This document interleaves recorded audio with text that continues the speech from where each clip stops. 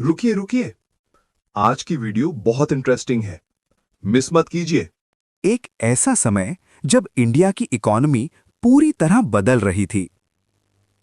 जंगल cut रहे थे, नए शहर उभर रहे थे और एक मेटल पूरी सिविलाइजेशन को ट्रांसफॉर्म कर रहा था, आयरन।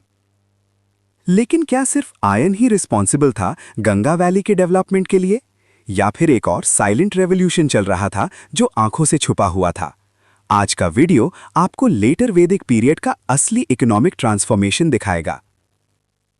अगर हम अर्ली वैदिक पीरियड को देखें तो वहां इकोनॉमी काफी सिंपल थी। लोग मेनली पैस्टोरल लाइफ जीते थे और कैटल उनकी सबसे बड़ी वेल्थ थी। लेकिन लेटर वैदिक पीरियड में सब कुछ बदल गया। एग्रीकल्चर डोमिनेंट हो गया, परमानेंट सेटलमेंट्स डेवलप हुए, ट्रेड सिस्टम ग्रो हुआ और एक स्ट्रक्चर टैक्स सिस्टम भी डेवलप हो गया। ये सब मिलकर एक पावरफुल इकोनॉमिक बेस क्रिएट करते हैं, जो आगे चल के महाजनापदास के राइज का फाउंडेशन बनाता है। सबसे पहला और सबसे इंपॉर्टेंट चेंज था एग्रीकल्चर एक्सपेंशन। अर्लियर वैदिक पीरियड में फार्मिंग लिमिटेड थी, लेकिन अब फार्मिंग मेन ऑक्यूपेशन बन चुकी थी। राइस, व्हीट और बार्ली जैसे क्रॉप्स एक्सटेंसिवली उगाए जा रहे थे। लेकिन इसमें सबसे इंपॉर्टेंट पॉइंट है राइस कल्टीवेशन का इंक्रीज। राइस उगाना इजी नहीं होता। इसे ज्यादा पानी चाहिए, ज्यादा मेहनत चाहिए और सबसे इंपॉर्टेंट परमानेंट सेटलमेंट चाहिए। इसका मतलब क्या हुआ? लोग अब एक जगह सेटल होने लगे, नोमैडिक लाइफ धीरे धीरे खत्म होने लगी। इसका एक और बड़ा रिजल्ट निकला। प्रोडक्शन इंक्रीज होने लगा और सरप्लस जनरेट होने लगा। और जब सरप्लस जनरेट होता है तभी ट्रेड और सिटीज का डेवलपमेंट पॉसिबल होता है। इस तरह एग्रीकल्चर ने लेटर वैदिक इकोनॉमी का बेस तैयार किया। अब आते हैं सबसे पावरफुल फैक्टर पर, आयरन टेक्नोलॉजी। अराउंड 1000 BCE एक नई मेटल का यूज शुरू होता है, जिसे कहा गया कृष्णा अयस यानी ब्लैक मेटल। ये एक्चुअली आयरन था। आयरन कॉपर और ब्रॉन्ज से काफी ज्यादा स्ट्रांग था और इसी वजह से इसका इंपैक्ट रेवोल्यूशनरी था। आयरन से बने टूल्स ने सब कुछ बदल दिया। आयरन प्लाउ ने फार्मिंग को एफिशिएंट बनाया, फॉरेस्ट कटिंग टूल्स ने जंगलों को क्लियर करना पॉसिबल बनाया और वेपन्स ने वॉरफेयर को भी पावरफुल बना दिया। सबसे इंपॉर्टेंट इंपैक्ट गंगा वैली में देखा गया। ये एरिया डेंस फॉरेस्ट से भरा हुआ था। विदाउट आयरन टूल्स इसे क्लियर करना ऑलमोस्ट इम्पॉसिबल था।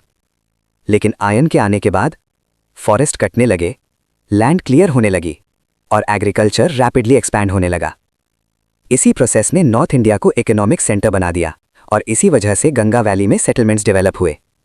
यही लेटर वैदिक ट्रांसफॉर्मेशन का टर्निंग पॉइंट था। अगर आयरन नहीं होता तो शायद ये डेवलपमेंट पॉसिबल ही नहीं होता। जैसे ही एग्रीकल्चर से सरप्लस आया, ट्रेड सिस्टम डेवलप होने लगा। लेकिन उस समय कॉइन्स का यूज नहीं होता था, तो ट्रेड होता था बार्टर सिस्टम के थ्रू, यानी गुड्स के बदले गुड्स। कैटल, ग्रेन्स और मेटल्स जैसे आइटम्स एक्सचेंज किए जाते थे।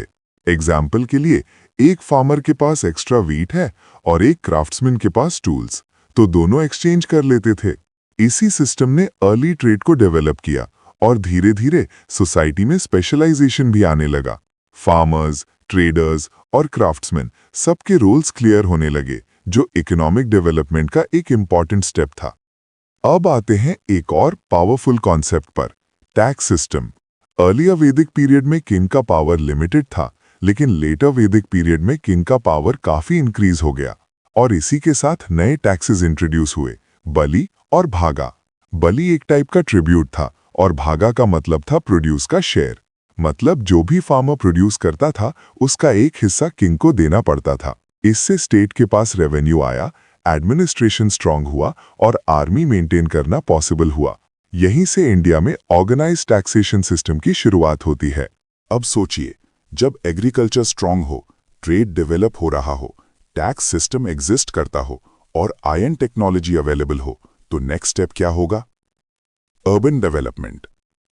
लेटर वैदिक पीरियड में सिटीज का बेस रेडी होता है और इसी बेस पर डेवलप होते हैं महाजनपदास। कुरु, पांचाला, कोसाला और मगधा जैसे पावरफुल किंगडम्स इसी फाउंडेशन पर खड़े होते हैं। लेटर वैदिक पीरियड एक ट्रांजिशन फेज था जो ट्राइबल सोसाइटी को स्टेट सोसाइटी में कन्वर्ट करता है। अब एग्रीकल्चर एक्सपैंड हुआ, राइस कल्टीवेशन इंक्रीज हुआ, आयन टेक्नोलॉजी आई, गंगा वैली सेटल हुई, ट्रेड बार्टर सिस्टम से हुआ, टैक्सेस बाली और भागा इंट्रोड्यूस हुए और सिटीज डेवलप होने लगे। ये सब मिलकर इंडिया की फर्स्ट स्ट्रक्चर इकोनॉमी क्रिएट करते हैं। लेकिन कहानी यहीं खत्म नहीं होती। लेटर वैदिक पीरियड में रिलीजन भी कंप्लीटली ट्रांसफॉर्म हो रहा था और इसी ट्रांसफॉर्मेशन से जन्म होता है इंडियन फिलॉसफी का।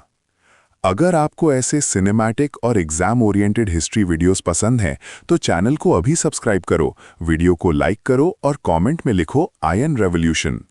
नेक्स्ट वीडियो में मिलते हैं लेटर वैदिक रिलीजन के हिडन सीक्रेट्स के साथ।